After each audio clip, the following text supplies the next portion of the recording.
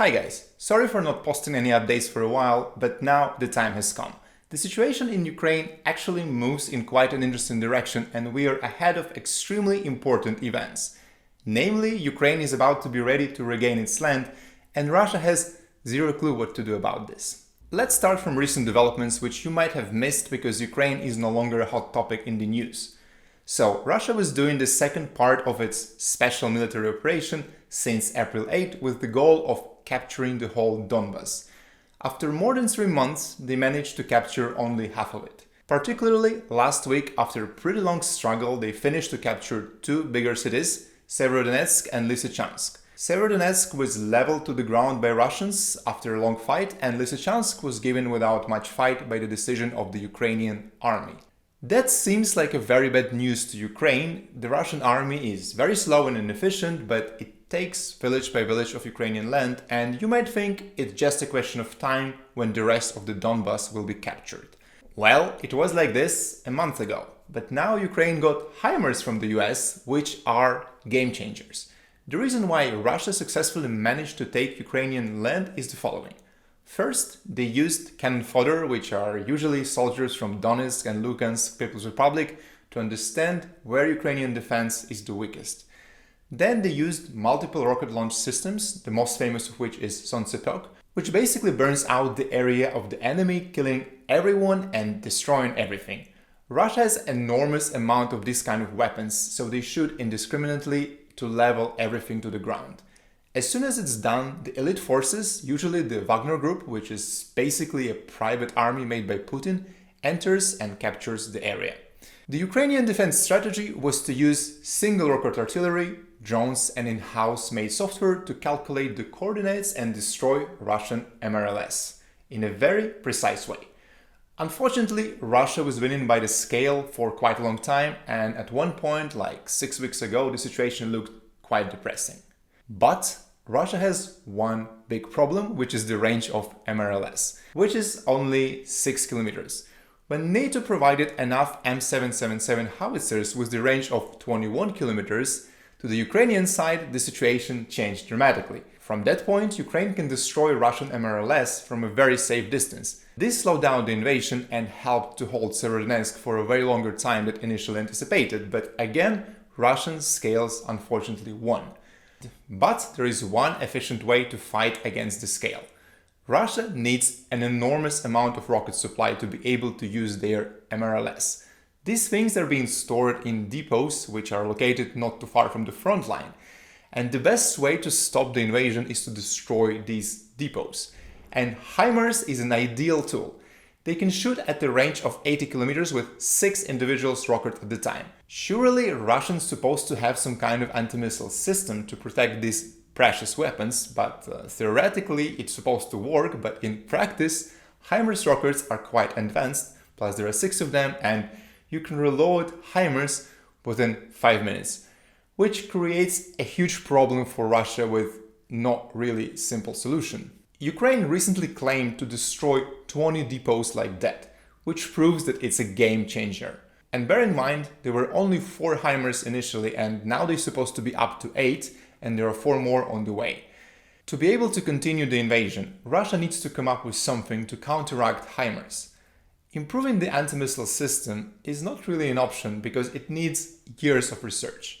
Destroying HIMARS with high-precision Russian weapons like Iskander is theoretically possible, but these are only great for static objects like buildings, because it's quite hard to detect the precise coordinate of a small HIMARS 80 kilometers away from the shoot.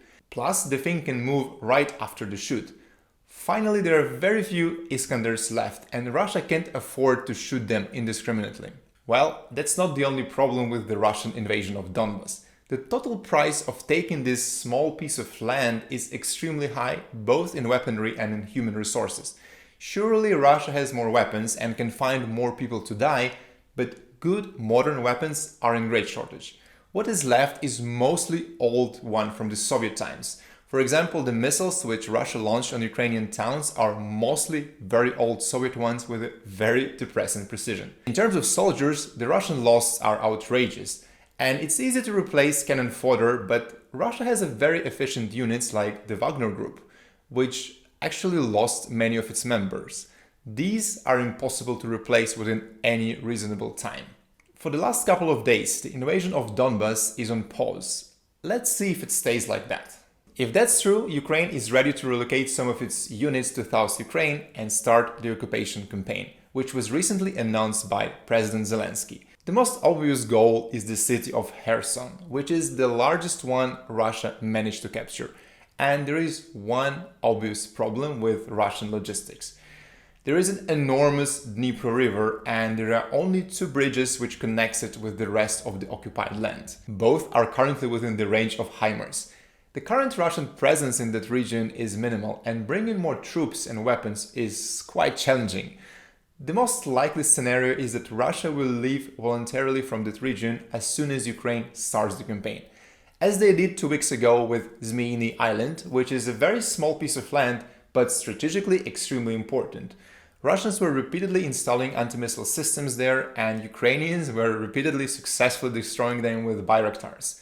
Finally, with the HIMARS arrival, the attack can be performed from the Ukrainian mainland, making it so easy to destroy everything on the island in one shot. Therefore, Russia officially returned the island back as an act of goodwill.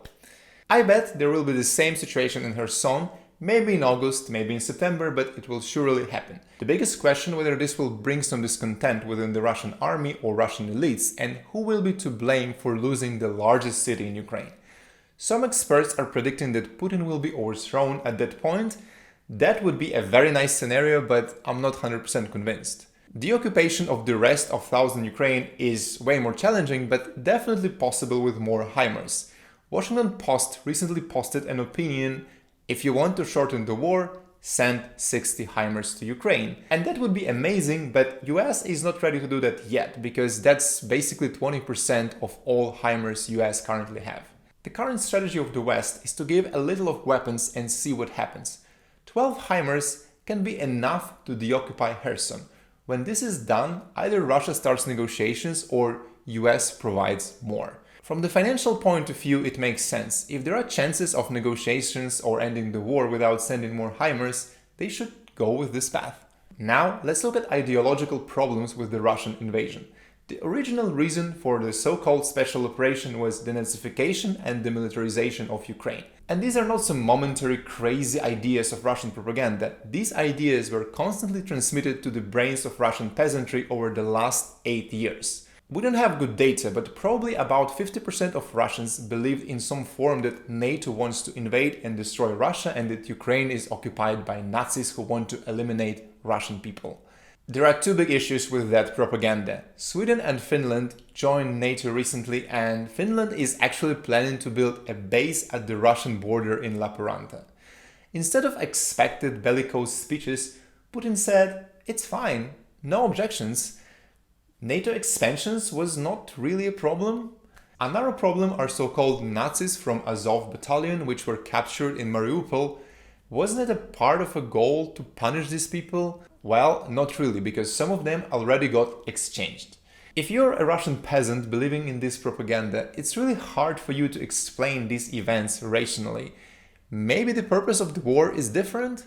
The real reason is that Putin considers Ukraine as its own land and an integral part of Russia because of his crazy interpretation of history. And he believes that Ukraine should not be independent and should be part of Russia, and everything Ukrainian should be destroyed.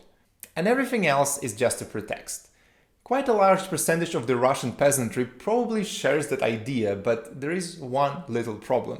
Putin completely lost that particular war.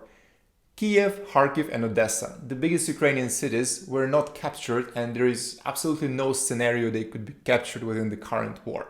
Which raises a legitimate question. What is the current purpose of the Russian invasion? The official propaganda narrative is to protect people of Donbas from the so-called genocide of Russian speakers and capture the whole Donbas region. And from the ideological point of view, that's fine, because Russian peasantry believes in that narrative, but there are 0 strategic benefits to Russia. Back in 2014, when Russia created Donetsk and Lugansk People Republic, the cities were not damaged and the population largely remained in the land. Now the cities are being leveled by Russian army and everything is completely destroyed and largely depopulated. The complex water supply system, which was built by Stalin, is destroyed, making the region no longer able to support large population. Population of Donetsk and Lugansk People's Republic are not happy at all because male population are being taken from the street and sent to the war as a cannon fodder. That's not the Russian war they imagined back in 2014. And some of them are actually escaping that region, going to Russia and then to Europe seeking protection, which is completely crazy. The capturing of Donbas has zero benefits for everyone and has only one simple purpose: save Putin's face, who lost the main war of capturing Ukraine. Putin's elite are fully aware of that and understand that instead of saving Putin, they would better save newly occupied South Ukraine, which provides a land corridor to Crimea. Currently, these lands are poorly defended because Russia wastes all the resources in Donbas. And the biggest worries of them is that Crimea can be potentially taken back much earlier than Donbas because there is a big problem with logistics. There is only one big bridge with Russia and a very small land corridor from Ukraine.